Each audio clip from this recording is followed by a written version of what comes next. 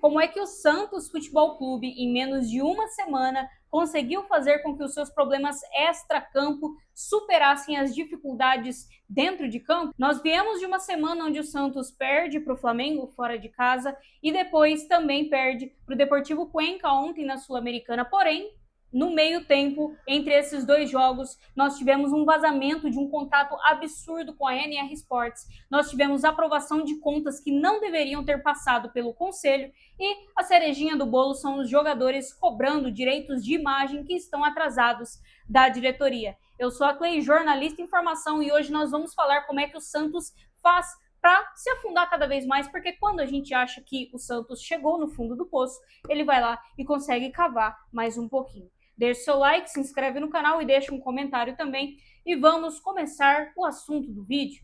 Bom, falando especificamente sobre o jogo do Flamengo, eu fiz um vídeo e já postei aqui no canal, é o último vídeo aí que foi postado. Então, se você quiser saber mais sobre esse jogo, é só acessar a este vídeo, ok? Falando desse jogo, só um santista lunático esperaria um resultado diferente. O normal era que o Santos perdesse mesmo para o Flamengo, porque o Santos e o Cuca assinaram o empate antes mesmo da bola rolar, antes mesmo de viajarem até o Rio de Janeiro. Então, o resultado esperado era realmente uma derrota do Santos.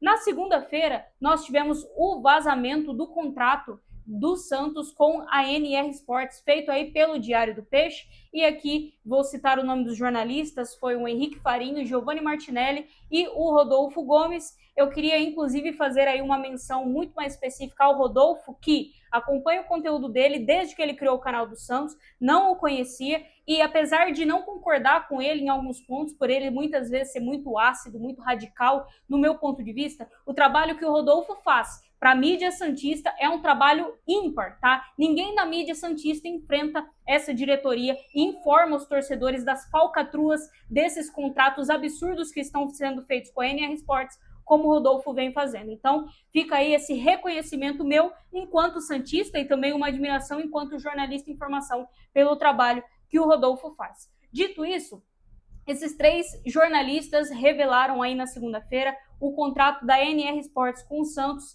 que renegocia aquela dívida do primeiro contrato do Neymar. E basicamente, não vou entrar aqui muito nos números, porque com certeza você os já viu, mas de forma bem resumida, o Santos vai pagar uma parte, termina de pagar uma parte agora nesse primeiro semestre e negocia o resto da dívida em pequenas parcelas, em pequenas parcelas de um pouco mais de R$1 milhão até aí 2030. Só que, se o Marcelo Teixeira não for reeleito, todas essas parcelas que seriam pagas a partir aí do ano de 2027 até 2030, elas vencem no primeiro dia que o novo presidente do Santos assumir. Se o Santos virar SAF, a mesma coisa acontece. Ou seja, essa renegociação dessa dívida só é válida enquanto o Marcelo Teixeira estiver no poder do Santos, estiver ali sentado na cadeira da presidência do Santos. Isso é um absurdo, isso é uma manobra política, isso coloca em dúvida todas as intenções da família Neymar para com o Santos Futebol Clube. Afinal de contas, essa negociação, ela tem que ser em prol do Santos ou em prol da vida política do Marcelo Teixeira? Por que esse contrato só pode ser válido enquanto ele estiver no poder? Qual que é o problema? Quer dizer, o Marcelo Teixeira teve que arcar com contratos de gestões passadas. Por que a gestão futura, que eu espero que tenha uma gestão futura, espero que não seja o Marcelo Teixeira, por que essa gestão não pode simplesmente continuar pagando o acordo que ele fez com a NR Sports, que, falando assim, de uma forma bem direta, é um acordo horrível, é um acordo que prejudica cada vez mais os cofres do Santos. A volta do Neymar financeiramente não compensou em nada para o Santos Futebol Clube, porque apesar de ter tido aí um aumento nas receitas, como foi falado aí na reunião da própria segunda-feira à noite, que os conselheiros aprovaram as contas aí de 2025, apesar de ter tido esse aumento, o Santos aumentou em muito a sua dívida, e muito por conta das negociações em relação aos contratos aí do Neymar. Então me explica como que essa pode ser uma parceria de sucesso, Marcelo Teixeira? Que você diz que é uma parceria de sucesso, você diz que você está reconstruindo o Santos. Como é que se reconstrói um clube, fazendo com que ele tenha que pagar R$1,5 milhão por mês até 2030 para um jogador que muito provavelmente até lá estará aposentado? Me diz onde que isso faz sentido? Não faz sentido, gente. Então, a reconstrução que o Marcelo Teixeira prega ele diz que está fazendo pelo Santos Futebol Clube, ela é uma mentira. Ela é uma palavra de estimação que ele aprendeu a usar para se referir ao mandato dele no Santos. E falando aí de Neymar pai, Neymar Júnior e companhia, eu acho que não é surpresa para ninguém que a NR Sports sempre foi uma empresa que dificilmente sai perdendo em negociações, e é aquilo, eles estão na dele, né? Afinal de contas, se eu tenho um presidente que eu posso forçar a corda e ele cede, para que eu vou não pesar a mão nessa negociação, né? Só que aqui o ponto que se coloca em dúvida é justamente a necessidade. Tinha necessidade desse acordo ser tão ferrenho para o Santos Futebol Clube? O Neymar pai, o Neymar Júnior, que com certeza também é uma pessoa que acaba ficando por dentro das negociações, por amarem tanto esse clube, por terem tanta gratidão assim ao Santos Futebol Clube, como às vezes eles dizem ter, será que não podiam ter pegado um pouquinho mais leve com o Peixão? Porque assim, a impressão que passa é que é literalmente amigos, negócios à parte. Porque nas negociações, a NR Sports ela vem fudendo o Santos Futebol Clube. O Santos não tem respiro contra a NR Sports em uma negociação. Os caras são muito ferrenhos no que diz respeito ali a questões contratuais e, obviamente, não posso deixar de citar que isso faz com que a admiração ao Neymar, a admiração ao ídolo, né, do Santos, na minha opinião, o maior ídolo depois do Pelé, faz com que ela fique meio arranhada, né? Porque eu acredito que é um cara que financeiramente não precisa de tudo isso.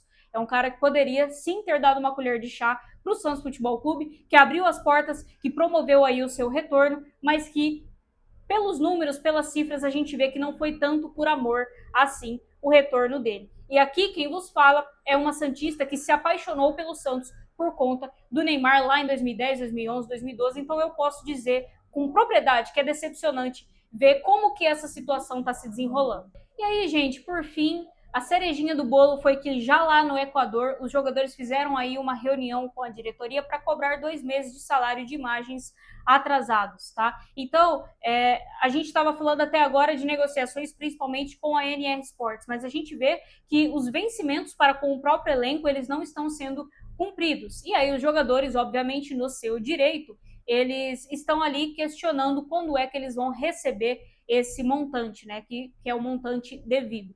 E, cara, tudo isso faz com que a gente entre numa reflexão e perceba que o problema do Santos ele vai muito além do Rolaser, que não compensou os 11 milhões de euros que foram pagos nele. O problema do Santos vai muito além do Robinho Júnior, que aparentemente é um moleque mimado, que não tem condições de jogar no futebol profissional, mas que não aceita, e o Santos não tem pulso para fazer esse moleque voltar a jogar na base. O problema do Santos vai muito além do Gabriel Brazão, que teve uma falha pontual no jogo de ontem, né? Um bom goleiro e tudo mais, só que até os bons falham, e geralmente em momentos de crise como esse, que tudo começa a dar mais errado ainda. Então, os problemas do Santos vão muito, mas muito além do campo. Os problemas do Santos vão muito além do que essas pequenas situações que eu acabei de citar aqui. Porque tudo isso aqui é só a ponta do iceberg. O real problema do Santos é de bastidor. O real problema do Santos é de quem segura a caneta e assina o contrato com a NR Sports e assina os contratos de jogadores que são refugos de outros times do Brasil,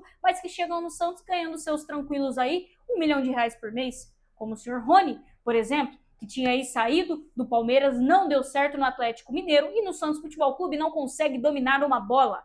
No jogo ontem contra o Desportivo Cuenca, o intuito desse vídeo aqui não é nem falar sobre o jogo em específico, mas não posso deixar de citar que no jogo de ontem, se pá, foi o pior jogo do Rony com a camisa do Santos. Ele não prestou para dominar uma bola. E esse senhor ganha aí seus R$1 milhão por mês no Santos Futebol Clube.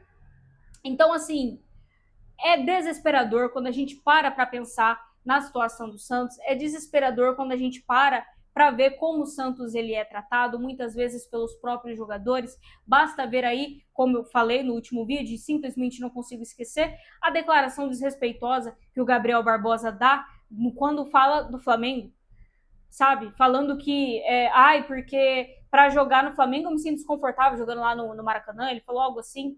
Jogando no Santos, pelo Santos, sendo relacionado para a partida, e o cara acha de bom tom dar uma declaração dessa. Fora outras diversas declarações do próprio Neymar em muitos momentos do ano passado, se jogar amém, né? Coisa que o Neymar pai já falou, o próprio Neymar colocando em dúvida, colocando em xeque se ele continuaria ou não.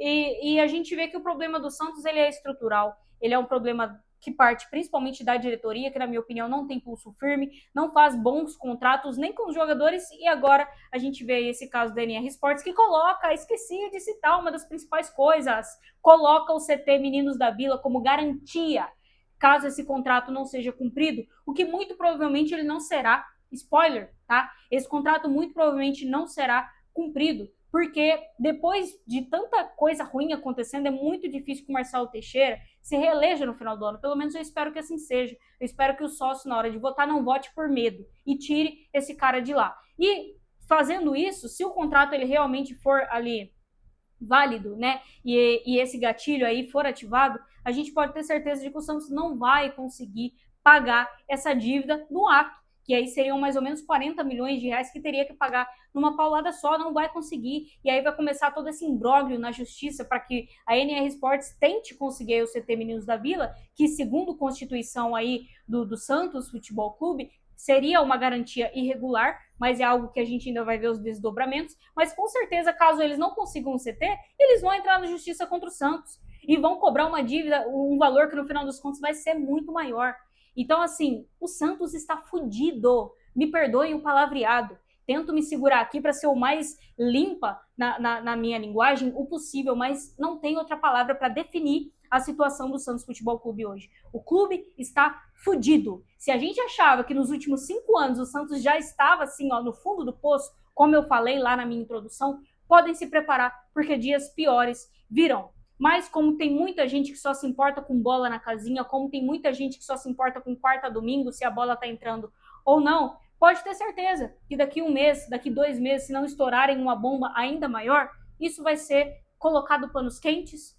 Se o Neymar fizer gol no final de semana, tudo isso vai ser esquecido, ou pelo menos um pano vai começar a ser passado aí, e com o tempo isso vai ser normalizado, assim como tantos outros absurdos já foram normalizados na história do Santos, e é por isso que a gente segue ladeira abaixo. O Santos e a sua torcida precisa parar de se acostumar com a pequenez, com os absurdos, porque senão esse clube que é gigante, esse clube que é majestoso, está dando passos largos para se tornar um Vasco 2.0.